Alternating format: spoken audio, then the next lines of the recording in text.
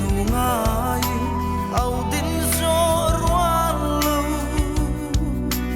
ban lai nun na her liam vang lai parang suai aliam pui zel shing vang lai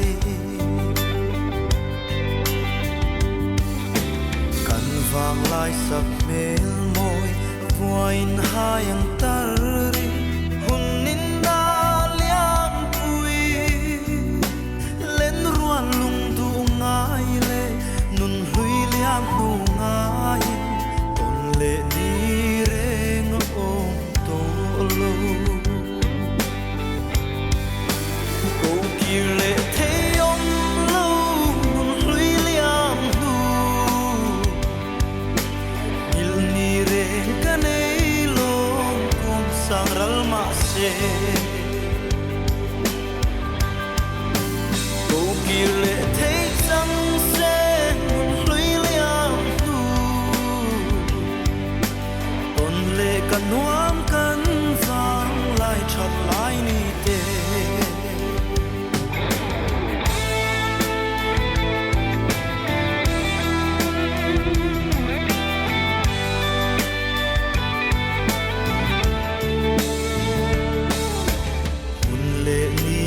her liam fur le chalo her chua sik nieng moi ne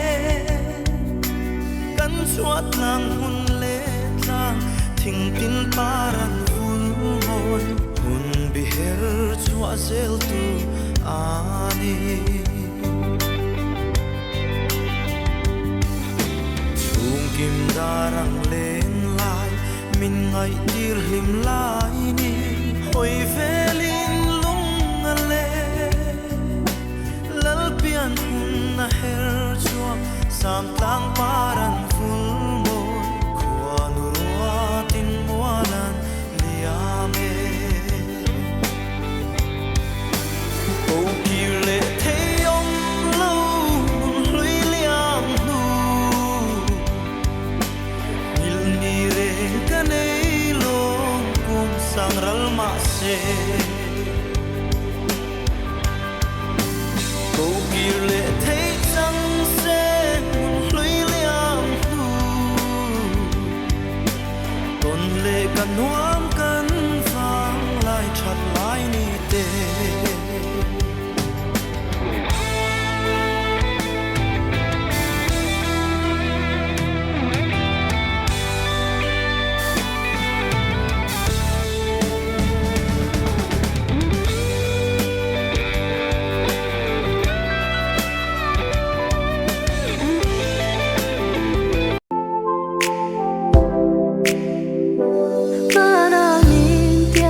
isut le mai sia ka phat san long se ru lui le luan ma chuan tin I du ai sam mi ka tling zo si lo chuan min tiam lo mai la thin lai na alam dio ma na ka phat san lo che ka ra to tu le wangin nol mai lo la I thil lai dam ro se le mang der mi kan ni lo min bel chiang mai la ka thua khan ke chu ka la din ren sei sel bo tu an mong bi do re mi kara sei sel bo bi an om hiang kari si lo ni le tha le ar si le tui phone te pon min sha tui sela nang le kai kum tuang ta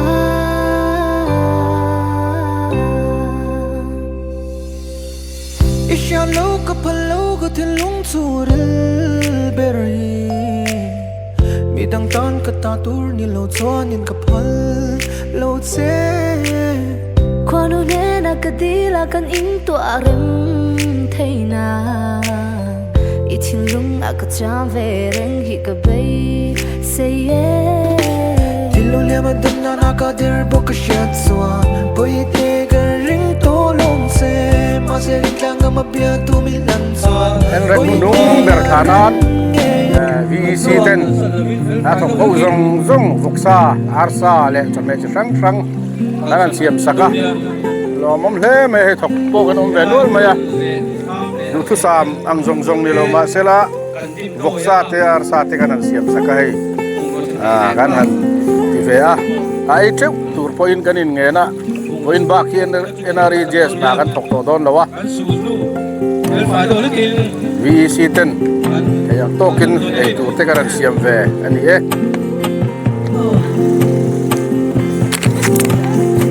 boleh pupuk juga lerai tahu lah ini ya boleh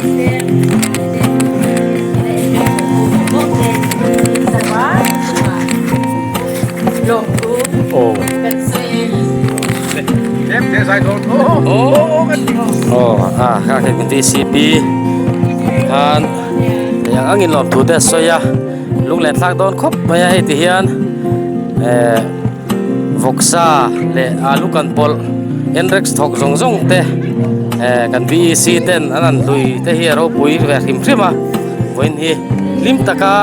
enrex kan tho top na ni tu ra lo ni ta ni hian hei ti hian cho kan ei do na voksa ei thei lo te pon lo ma kan lo se kim lem lo wa ti hian hei cho nei do na voksa kha voksa i dong ani mo avalo mum ve kan VEC te hian voksa li ran lo lui chau ni mo voin chu hei helama te po hian hei voksa va han tui don te lu lem ve pin du ni te haute lai te hei NREGS tho top na ni chu voksa nen kan thla liam don ta chu ni a lung len thak don le mai ya kan de nuai me a so lai so Bethany Garden ani a hi ani tu pa PC dalming mo ya college veng pafel tak mai ani a ti hian a huana terrace kan la ya yan hei kan senior te haute puwana te haute pawan ding te haute miron troi oma ti hian cho te kan ei khom don ni lim om khop mai kan VEC vice chairman le kan hotupa kan VEC pubiaka te san lo sema ti hian mi pui enrex thok kha taka thok te hi voksa kan tui tak mai an lui ti hian hei por le tlai le por takin kan ei don ani voin ni hian lom om khop mai lim ome lom ome Bethany Garden nei tunu pitluangi ani hei atram chol deu nge cho po hei lek lian khop maya voin ni hian an huana ami puite du tokin hei kan tala an engma phun noi lovin an oma kan lom hle ni hela hian hei kan